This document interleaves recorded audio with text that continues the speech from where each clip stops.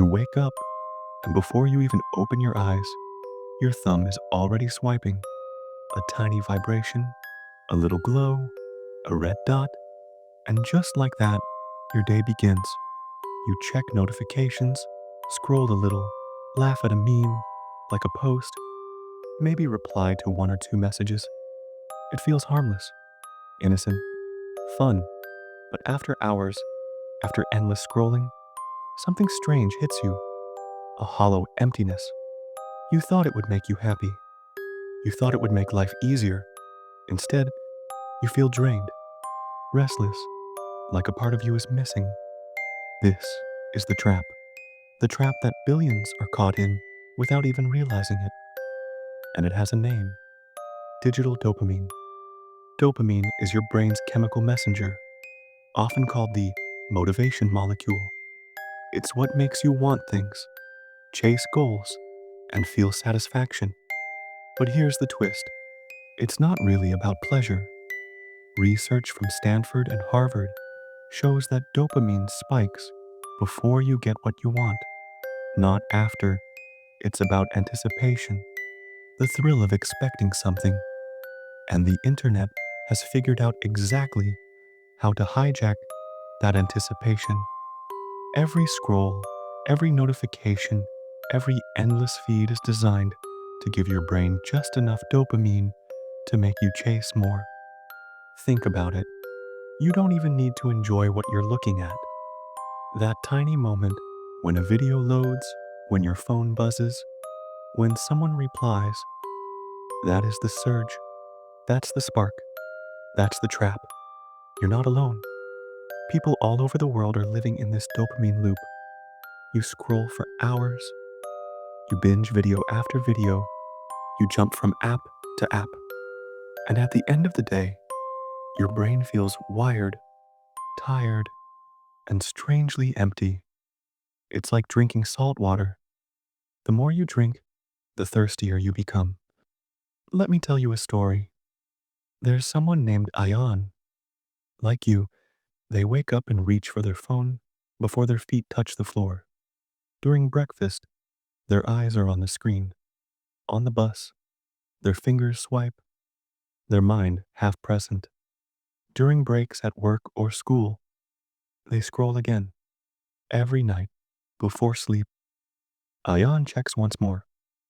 Hours pass like minutes, but despite all the laughs, likes, and dopamine hits, Ayan feels a persistent emptiness.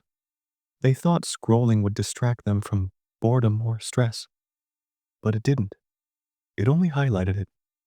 Why does this happen? Because your brain doesn't care what gives it dopamine. It only wants more.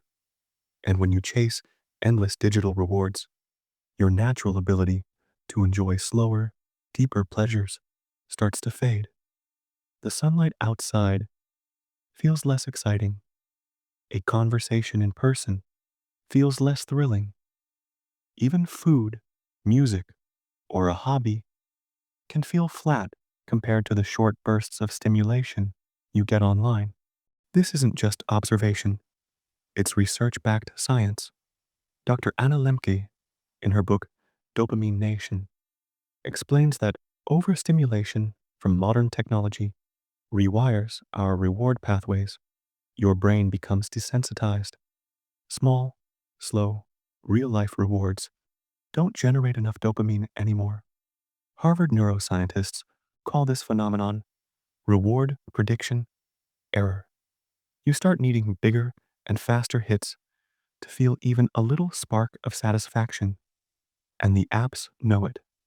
Every algorithm is designed to maximize engagement, exploit curiosity, and keep you hooked. And it's not just a mental drain. This digital dopamine trap can affect your health, focus, relationships, and overall well-being.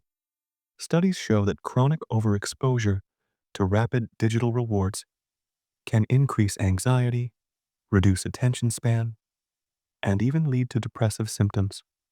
You might find yourself mindlessly checking your phone at 3 a.m., unable to sleep, anxious if there's no notification, lonely even in a crowd.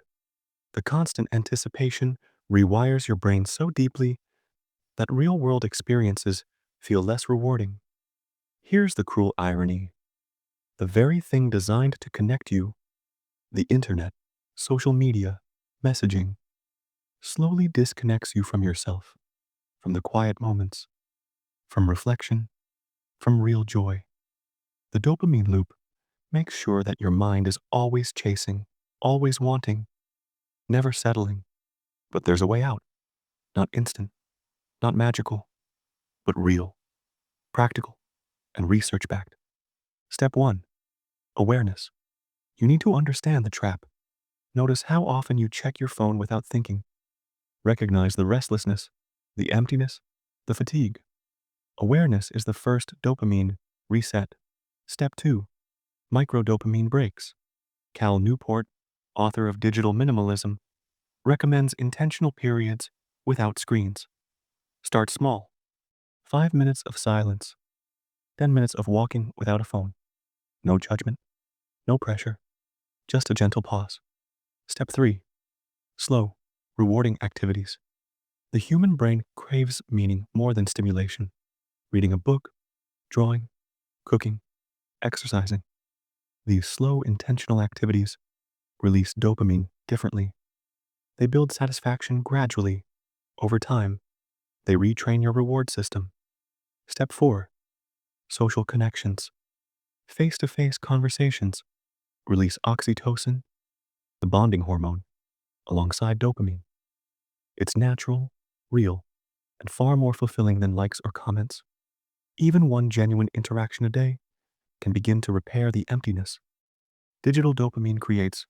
Step 5. Digital boundaries. Notifications off. App timers. Scheduled phone-free hours. Treat your brain like a garden. You can't let it be overrun by weeds. Curate your digital life intentionally. And finally, step 6. Self-compassion. You didn't fall into this trap because you're weak. You fell into it because the world designed it that way. The dopamine loop isn't your fault. Understanding it gently, accepting it, and making small, consistent changes is how you reclaim your focus, calm, and joy. When you start these steps, you'll notice subtle changes. That empty, hollow feeling will soften. You'll begin enjoying the quiet. The sunlight on your floor will feel warmer. A simple conversation might make you smile. A walk in the park may feel thrilling. Slowly, the real world becomes engaging again. Not because it changed, but because your brain is rewired to notice it. Digital dopamine is not evil. It's clever. It's a product of modern design, but it doesn't have to control your life.